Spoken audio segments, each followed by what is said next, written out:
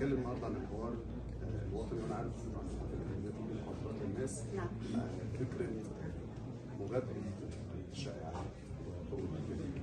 نعم، يعني يمكن انا كنت سعيده الحظ بشكل او باخر ان انا التحقت باكاديميه ناصر العسكريه العليا، ان انا اخذت دوره الاستراتيجيه والامن القومي وازمات وتفاوض ثم صناع القرار، ثم حصلت على زماله كليه الدفاع الوطني بهذه الاكاديميه العريقه.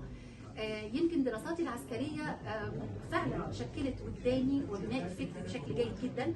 كان لنا يعني ناخد كورسات غايه في الاهميه ويعني بتساهم بجزء كبير قوي في انك انت ازاي بتقدر تتكلم وتوصل للناس على اسس حقيقيه. يعني فهمنا يعني ايه كلمه امن قومي، يعني فهمنا يعني ايه ان كل كلمه بنقولها في الاعلام ده امن قومي، انه القوى الناعمه امن قومي، ان المواطن المصري البسيط هو امن قومي لبلده.